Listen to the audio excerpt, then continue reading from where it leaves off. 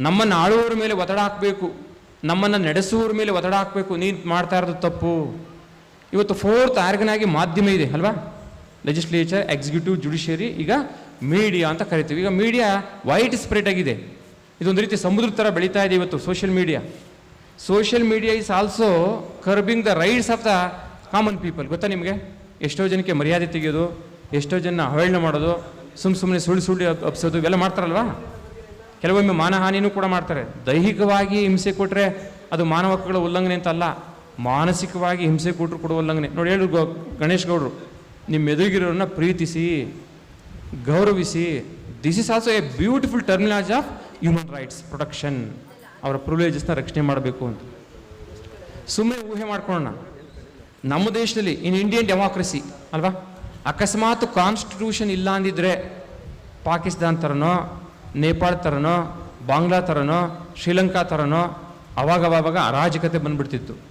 Because of constitution, a strong constitution, it's a greatest contribution of doctor Baba Saheb Ambedkar ಅಲ್ವಾ? Doctor Baba Saheb Ambedkar ಅವರ ಈ ಒಂದು ದೊಡ್ಡ ಕೊಡುಗೆ ಇಲ್ಲ ಅಂದಿದ್ರೆ ನಮ್ಮ ದೇಶದಲ್ಲಿ ನಾವ್ಯಾರು ನೆಮ್ಮದಿಯಾಗಿ ಹಿಂಗೆ ಕೂತ್ಕೊಳಕ್ಕೆ ಆಗ್ತಿರ್ಲಿಲ್ಲ. ಸರ್ವಾಧಿಕಾರತ್ವ ಅಥವಾ ವಂಶ ಪಾರಂಪರ್ಯ ಆಸ್ತಿ ಸಂಪನ್ಮೂಲಗಳನ್ನ ಸಂಗ್ರಹಿಸ್ಕೊಂಡು ದೊಡ್ಡ ಶ್ರೀಮಂತರಾಗ್ತಿದ್ರು. ಹಾಗಾದ್ರೆ ಈಗ ಇಲ್ವಾ? ಇದೆ. ನಿಮಗೆ ಸುಮಾರು ಎಕ್ಸಾಂಪಲ್ ಕೊಡ್ಲಿಕ್ಕೆ ಇಷ್ಟಪಡ್ತೀನಿ. ನಮ್ಮ ಭಾರತೀಯ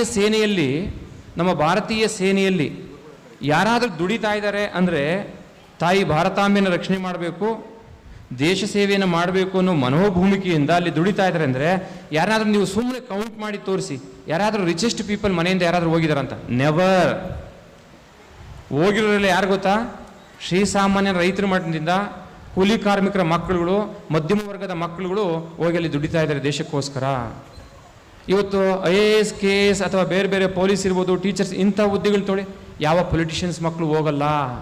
ಅವರು ಆಳುವವರಾಗಿರ್ತಾರೆ ಹೊರತು ಆಳಿಸಿಕೊಳ್ಳುವವರಾಗ್ಲಿಕ್ಕೆ ಇಷ್ಟಪಡೋಲ್ಲ. ಯಾಕೆಂದರೆ ಅವತ್ತು ಸಂಪತ್ತು ತುಂಬಿ ತುಳುಕ್ತಾ ಇದೆ, ಆ ಕಡೆಗೆ ಹೋಗ್ತಾ ಇದೆ ಸಂಪತ್ತು. ಎಲ್ಲ ಸೌಲಭ್ಯಗಳು ಆ ಕಡೆನೇ ಹೋಗ್ತಾ ಇದ್ದಾವೆ, ಎಲ್ಲ ಗ್ರ್ಯಾಬಿಂಗ್ ಮಾಡ್ತಾ ಇದ್ದಾರೆ ಅಲ್ವಾ?